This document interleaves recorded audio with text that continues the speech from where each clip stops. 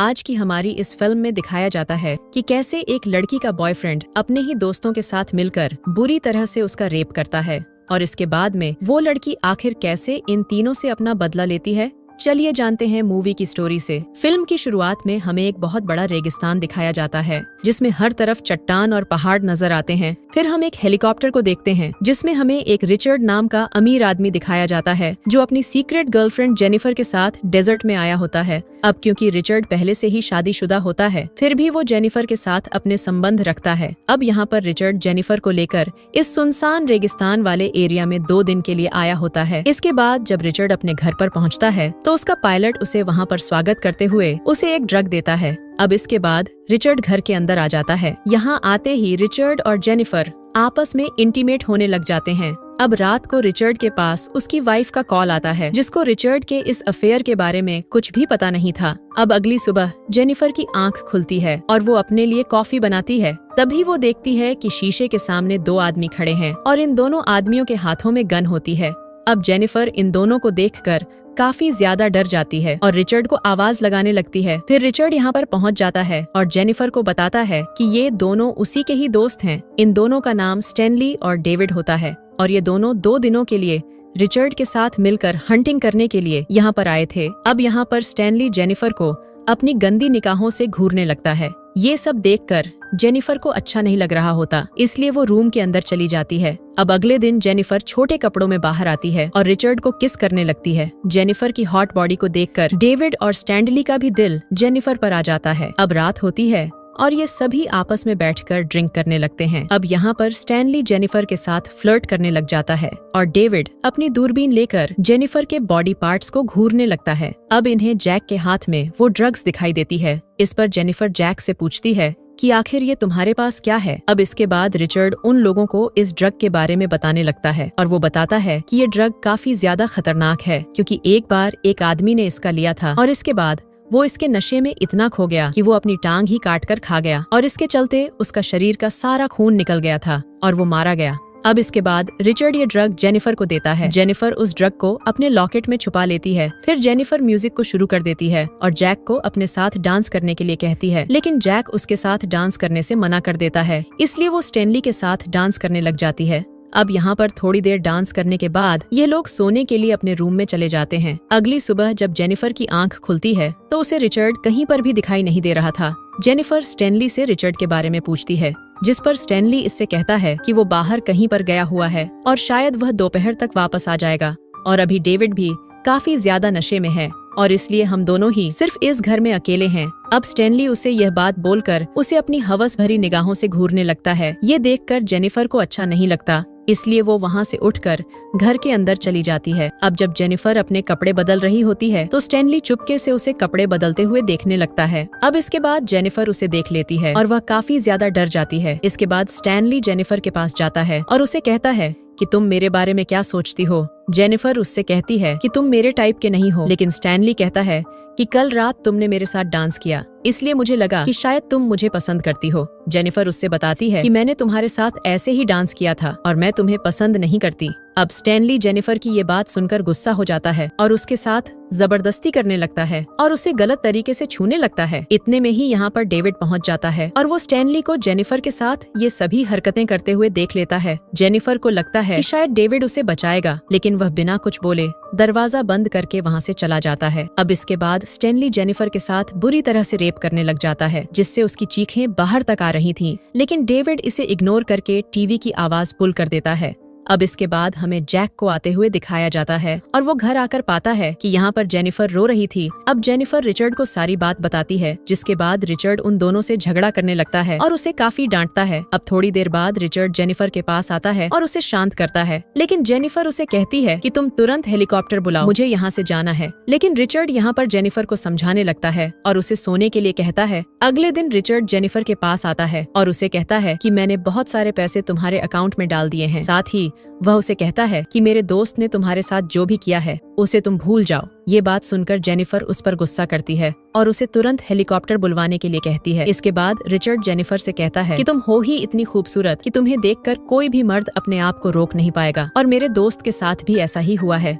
वो तुम्हें देखकर अपने आप को रोक ही नहीं पाया होगा। ये बात सुनकर जेनिफर को बहुत ज्यादा गुस्सा आ जाता है और वो रिचर्ड और खुद के बारे में उसकी वाइफ को बताने के लिए कहने लगती है। अब ये बात सुनकर जैक उसे एक जोर से थप्पड़ लगा देता है और इसके बाद जेनिफर वहाँ से भागने की कोशिश करने लगती है, मगर वो तीनों दोस्त मिलकर उसका पीछा करने लग जाते हैं। जेनिफर भागते भागते एक पहाड़ पर पहुँच जाती है और ये यहाँ पर आकर रुक जाती है और इतने में ही वो तीनों लोग भी यहाँ पहुँच जाते हैं। अब रिचर्ड जेनिफर से भागने से मना करता है। इस पर जेनिफर उससे हेलीकॉप्टर बुलाने के लिए कहती है। तभी जैक फोन लगाकर हेलीकॉप्टर को बुलवाने लगता है, लेकिन वो सच में हेलीकॉप्टर को नहीं बुला रहा था, बल्कि वो जेनिफर को ऐसा दिखा रहा था। अब जेनिफर जैक की बातों में आ जाती है, लेकिन तभी जैक उसे पहाड़ की छोटी से नीचे की ओर धक्का दे देता है, जिससे कि जेनिफर नीचे जाकर एक नुकीली लकड़ी पर गिरती है, जो कि उसकी बॉडी के आर पार हो जाती है। और ये देखकर इन तीनों दोस्तों को ऐसा लगता है कि शायद अब जेनिफर मारी गई है। तो इसके बाद स्टैनली रिचर्ड से कहता है कि आखिर तुमने ऐसा क्यों किया, जिस पर रिचर्ड उससे कहता है कि अगर वो यहाँ से भाग निकलती तो हम तीनों को जेल हो सकती थी और इसीलिए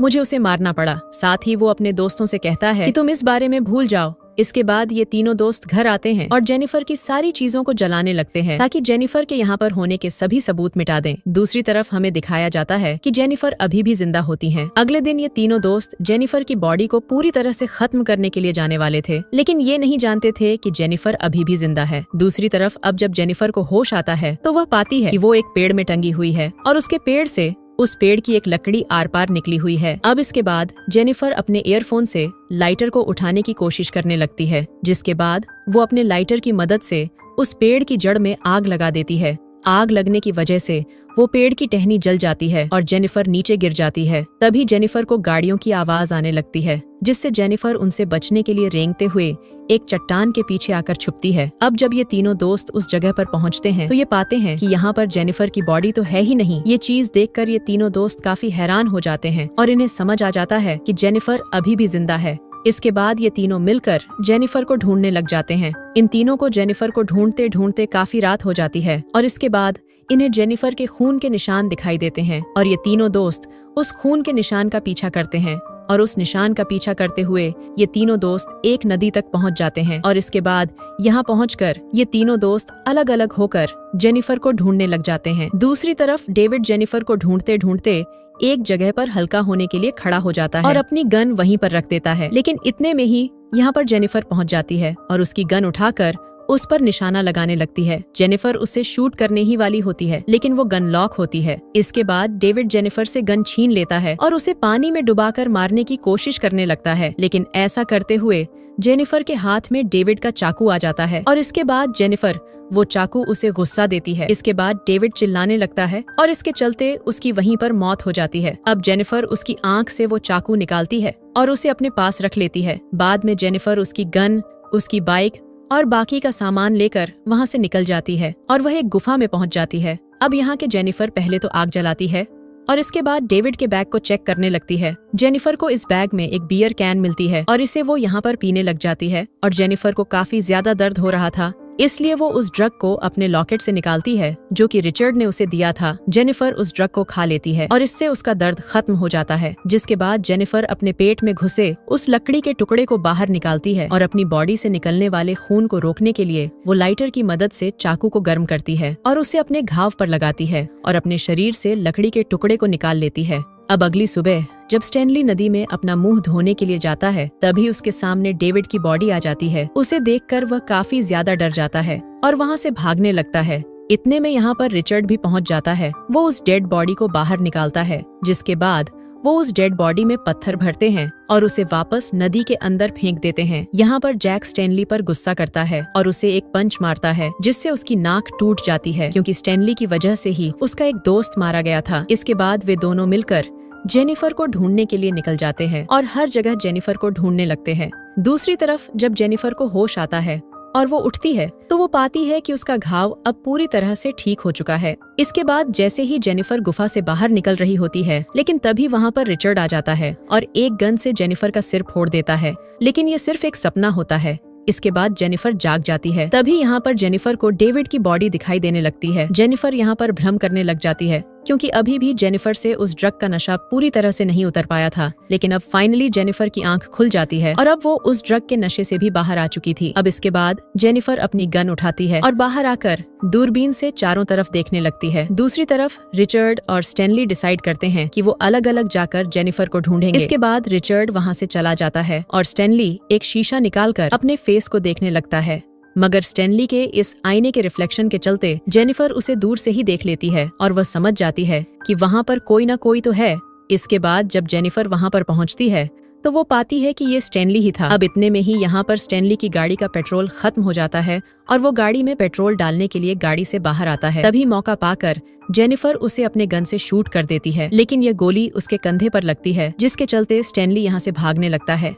अब तभी वो पाता है कि उसके खून के निशान उसके पीछे जमीन पर पड़ रहे हैं और इसीलिए स्टैनली अपने जूतों को निकालता है और अपने मोजे को निकालकर अपने घाव पर लगा लेता है, जिसके बाद स्टैनली वहाँ से भाग जाता है और एक पत्थर के पीछे आकर छुप जाता है। अब तभी यहाँ पर जेनिफर आती है और स्टैनली को ढूंढने लगती है, लेकिन इतने में स्टैनली उसके पीछे से आकर उसे गन से शूट करने की कोशिश करता है, लेकिन वो गोली जेनिफर के कान पर लगती है। अब जेनिफर यहाँ से भागने लग जाती है और स्टैनली उसका पीछा करने लग जाता है। जेनिफर भागते भागते कांच के कुछ टुकड़ों को जमीन पर गिरा देती है और ये कांच के टुकड़े स्टैनली के पैरों में घुस जाते हैं। स्टैनली उन कांच के टुकड़ों को अपने पैरों से बाहर निकालता है और अपनी कार लेकर जेनिफर का पीछा करने लग जाता है, लेकिन तभी जेनिफर स्टैनली को शूट कर देती है और इसे स्टैनली मारा जाता है। अब इसके बाद जेनिफर स्टैनली की गाड़ी लेती है और रिचर्ड के घर के लिए यहाँ से निकल पड़ती है। दूसरी तरफ रिचर्ड को भी जेनिफर नहीं मिलती और वह काफी देर तक स्टैनली का इंतजार करता है, लेकिन जब स्टैनली वापस नहीं आता तो वो भी घर पर चला जाता है। घर आकर वो अपने पायलट को कॉल करता है और उसे कहता है कि तुम फौरन यहाँ पर आ जाओ।